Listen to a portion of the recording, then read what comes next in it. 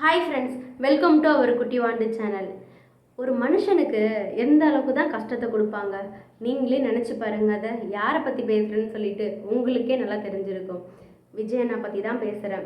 ஒரு பக்கம் பார்த்தீங்கன்னா அவர் சினிமாவை விட்டே வந்துட்டார். லாஸ்ட் படமான ஜனநாயகன் அது சென்சார் சர்டிஃபிகேட் கொடுக்காம நிறுத்தி வச்சுட்டாங்க. அதுக்கான கேஸையும் படக்குழு போட்டிருக்கிறாங்க. போயிட்டு தான் இருக்குது இன்ன வரைக்கும்.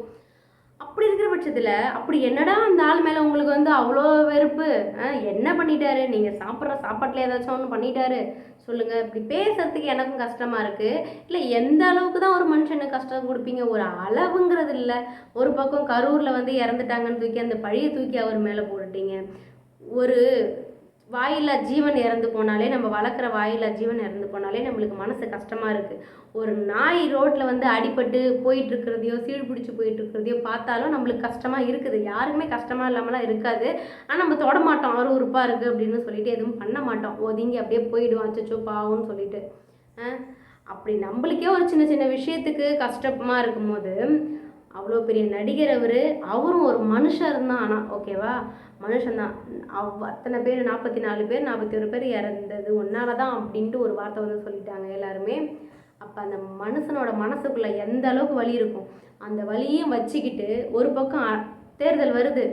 ஐயோ, மக்களுக்கு நம்ம நல்லது செய்யணும்னு சொல்லிட்டு தான் அவர் வராரு, ஓகேங்களா? இல்லைனா அவர் பாட்டுக்கு சினிமா ஃபீல்டில் இருந்துட்டு 250 கோடி 300 கோடின்னு சொல்லிட்டு வாங்கி சேவிங்ஸ் பண்ணி வச்சுட்டு போகிறதுக்கு என்னங்க அவருக்கு இல்லை? இன்னும் டேரக்டர் எல்லாமே போட்டி போட்டுட்ருக்குறாங்க அவரை வச்சு படம் எடுக்கிறதுக்கு. இப்போ அவர் நிறுத்தினேன் அப்படின்னு சொன்னதுனால தான் இப்போ கஷ்டமே. சரி, லாஸ்ட் படம் அதை தான் நீங்கள் ரிலீஸ் பண்ண முடியல. அதில் அரசியல் காட்சிகள் நிறைய இது வந்துட்டுருக்கு. அதை கட் பண்ணுங்கள், இதை கட் பண்ணுங்கன்னு சொல்லிட்டு எல்லாத்தையுமே கட்டும் பண்ணியாச்சு.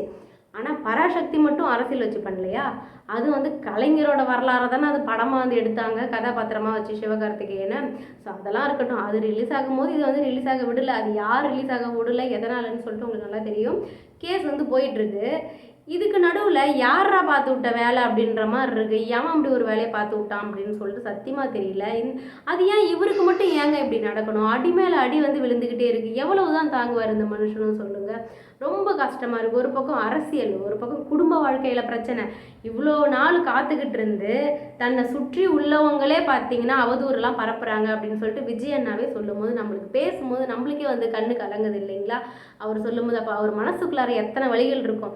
அத்தனையும் கடந்துட்டு தானே அந்தந்த ஊருக்குன்னு சொல்லிட்டு பிரச்சாரம் பண்ணுறாரு, மக்களை நம்புறாரு. இப்படி இருக்கிற பட்சத்தில் இன்னும் 10 நாள் இருக்கும்போது அவரோட படம் பார்த்தீங்கன்னா இப்போ லீக் ஆகிடுச்சு. ஃபஸ்ட்டு சின்ன சின்ன சீனா இருந்துச்சு, அப்புறம் 5 நிமிஷம் சீனா இருந்துச்சு, அப்புறம் முழு படத்தையுமே இணையதளத்தில் விட்டுட்டாங்க. இது யார் பார்த்த வேலைன்னு சொல்லிட்டு தெரியல. ஓடிடியில் வரல, சென்சார் போர்டு சர்டிஃபிகேட் தெரில. இப்போ இந்த நியூஸ் எப்படி தெரியுங்களா மாறும்? இப்போ கரெக்டாக 10 நாள் தான் இருக்குது. அவரோட படம் சர்டிஃபிகேட்டே இல்லாமல் வெளியே வந்துடுச்சு. இது அந்த படக்குழுவுக்கும் தயாரிப்பாளர்களுக்கும் எவ்வளோ பெரிய ஷாக் தெரியுமா? அதுவும் இல்லாமல் இதில் ப்ரொடியூஸ் பண்ணவங்களுக்கு எல்லாத்துக்குமே எவ்வளோ இழப்பீடு தெரியுமா? இந்த ஒரு படம் கிட்டத்தட்ட 500-600 கோடி வச்சு எடுத்திருப்பாங்க. அதில் எவ்வளோ பேருக்கு எவ்வளோ கமிட்மெண்ட்ஸ் இருக்குது. இந்த படத்தோட வசூல் நம்பி எவ்வளோ பேர் இருந்திருப்பாங்க. இந்த படத்துக்கு பின்னாடி எத்தனை குழுக்கள், எத்தனை ஒவ்வொரு நபரோட உழைப்பு இருக்குது அப்படின்னு சொல்லிட்டு கொஞ்சம் கூட அதை பற்றி யோசிக்காமல் யார் இந்த மாதிரி ஒரு கேவலமான ஒரு வேலையை பார்த்து விட்டாங்கன்னு சொல்லிட்டு தெரியல, ஓகேங்களா? அதனால தான் நியூஸ்லேயே சொல்லியிருக்கிறாங்க, படத்தை யாரும் டவுன்லோட் பண்ணாதீங்க, பார்க்காதீங்க அப்படின்னு சொல்லியிருக்கிறாங்க. இது அந்த படக்குழுவுக்கு எவ்வளோ நஷ்டம் தெரியுங்களா? தயாரிப்பாளர் இவங்களுக்கு எல்லாத்துக்குமே எவ்வளோ நஷ்டம். டேரக்டருக்கு எவ்வளோ கஷ்டமாக இருந்திருக்கும் சொல்லுங்கள். நம்ம விஜய் அண்ணாக்கு எவ்வளோ கஷ்டமாக இருந்திருக்கும் அப்படின்னு சொல்லிட்டு. ஸோ அப்படி வந்திருந்தாலுமே நீங்கள் உண்மையாலுமே விஜய் ரசிகராக இருந்தால் அந்த படத்தை மேக்ஸிமம் பார்க்குறத தவிர்த்துடுங்க. நம்ம என்ன படம் எப்போ தேட்டரில் வந்தாலும் அது திருவிழாவாக நம்ம கொண்டாடுவோம் அப்படின்னு சொல்லிட்டு நம்மளுக்கு நல்லாவே தெரியும். முடிஞ்ச அளவுக்கு அவருக்கு இந்த மாதிரி சுச்சுவேஷனில் தான் உங்களோட சப்போர்ட் ரொம்ப தேவை. இந்த மாதிரி வேலையை யார் பார்த்துக்கிட்டாங்கன்னு தெரியல. ஆனால் இப்போ எப்படி தெரியுமா இது மாறும்? எலெக்ஷன் டைம் வந்துருச்சு. விஜய் சொல்லி தான் ரிலீஸ் பண்ணியிருப்பாங்க, யாராச்சும் லீக் பண்ணியிருப்பாங்க அப்படின்னு சொல்லிட்டு அந்த கேஸையும் தூக்கி அந்த பழியும் தூக்கி விஜய் அண்ணா மேலேயே போடலாம். இந்த டைமில் போட்டால் தான் கரெக்டான டைமு, அப்போ தான் மக்களோட வாக்கு எல்லாமே குறையும் அப்படின்னு சொல்லிட்டு பக்காவாக பிளான் பண்ணி லீக் பண்ணியிருக்கிறாங்க.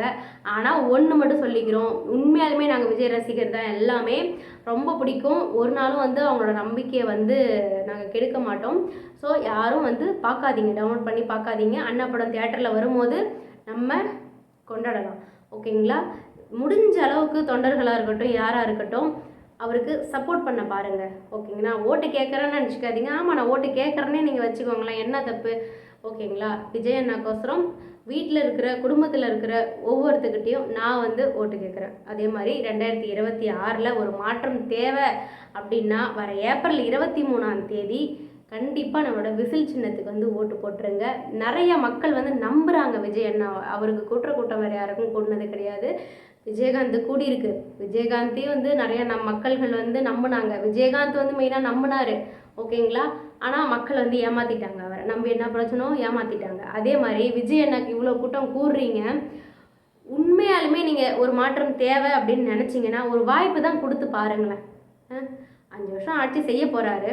அப்படி பிடிக்கலன்னா அடுத்தது யார் நிற்கிறாங்களோ அவங்களுக்கு போட்டுட்டு போகிறோம். இப்போ இருக்கிற ஆட்சி மட்டும் ஒழுங்காக இருக்குது. ஃபஸ்ட்டே எல்லாமே செஞ்சுருக்கணும். இப்போ எதுக்கு டக்கு டக்கு டக்கு டக்குன்னு புதுசாக ஒன்று ஒன்றா செய்கிறீங்க? அதை ஸ்டார்ட்லேருந்தே செஞ்சுருக்கலாம்ல. அதான் சொல்லுவாங்கல்ல, ஒருத்தன் 10 பேர்த்த எதுக்குறதுக்கும் 10 பேர் சேர்ந்து ஒருத்தனை எதுக்குறதுக்கும் அப்படின்னு சொல்லிட்டு வித்தியாசம் தெரியல. இந்த டயலாக் அப்படிங்கிறது உண்மையாலுமே விஜய் அண்ணாவுக்கு தான் சேரும். இந்த ஜனநாயகன் படத்தில் அரசியல் பேசுகிறாங்கன்னு சொல்கிறீங்களே, இதுக்கு முன்னாடி எந்த ஒரு படத்துலையுமே அரசியல் பேசினது இல்லையா? அவர் இப்போ 2 இயர்ஸ் தான் ஆகுது அரசியலுக்கு இதான் லாஸ்ட் படம்னு சொல்லிட்டாரு. சரி, ஓகே, எடுத்துட்டாரு. இதில் தான் அரசியல் இருக்குன்னு சொல்கிறீங்களா? ஏன் வேறு எந்த படத்துலையுமே அரசியல் இதை வச்சு எடுக்கவே இல்லையா? மெயின் இப்போ சர்க்கார்லாம் பார்த்தீங்கன்னா அதுவும் எலெக்ஷன் சம்மந்தப்பட்டது தானே. இந்த மாதிரி இருக்கும்போது இந்த படத்துக்கு மட்டும் ஏன் இப்படி ஒரு சோதனை, அண்ணாவுக்கு ஏன் இப்படி ஒரு சோதனை தெரியல. இந்த வீடியோ சப்போஸ் பார்த்தாங்கன்னா தைரியமாக இருங்கன்னா, எல்லாருமே நாங்கள் உங்களுக்கு சப்போர்ட்டாக இருக்கிறோம். கண்டிப்பாக 2026 உங்களை ஜெயிக்க வைக்கிறது எங்களோட கடமை. அதே மாதிரி இந்த மக்கள் உங்கள் மேலே நிறைய நம்பிக்கை வச்சுருக்குறாங்க. ஸோ விஜய் ஃபேன்ஸ் நிறைய இடத்துக்கு அண்ணா பிரச்சாரம் போயிட்டுருக்குறாங்க. முடிஞ்ச அளவுக்கு நம்ம ஃபேன்ஸு, தொண்டர்கள், நம்ம மக்கள் நம்ம தான் சேஃப்டியாக அவரை பாதுகாக்கணுமே. ஓகேங்களா? அவர் பின்னாடி போய் நம்ம கீழே சப்போஸ் விழுந்துட்டுனா வச்சுக்கோங்களேன், அந்த பழியும் தூக்கி விஜய் மேலே தான், அவர் மேலே தான் போடுவாங்க, அண்ணா மேலே தான். ஸோ அப்படி இருக்குது இப்போ சுச்சுவேஷன். கொஞ்சம் ஒரு சின்ன ஒரு துரும்பு கிடைக்குமான்னு எல்லாம் பார்த்துக்கிட்டு இருக்கிறாங்க, கழுகு மாதிரி பார்த்துட்ருக்குறாங்க. ஸோ முடிஞ்ச அளவுக்கு அண்ணாக்கு பாதுகாப்பாக கொடுங்க, அண்ணாக்கு சப்போர்ட் கொடுங்க, விசில் சின்னத்தில் ஓட் போடுங்க. Thank you to all. Bye friends. Next வீடியோவில் உங்களை சந்திக்கிறேன்.